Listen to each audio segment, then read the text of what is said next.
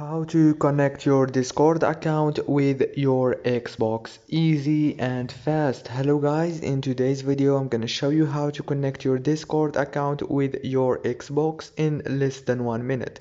So all what you have to do is go to Discord. Now this is the home page right here, as you can see. Go down and click on this option. Now after you click it on this option, it will take you to this page. Now choose connections right here, click on it and it will take you to this page. Now go to the top corner and click on the add option. Now after you click it on the add, go down and you will find Xbox, as you can see right here. Click on Xbox and you will be able to connect it fast. If this video was helpful, please don't forget to like and subscribe, and thank you so much for watching this video until the end. See you later.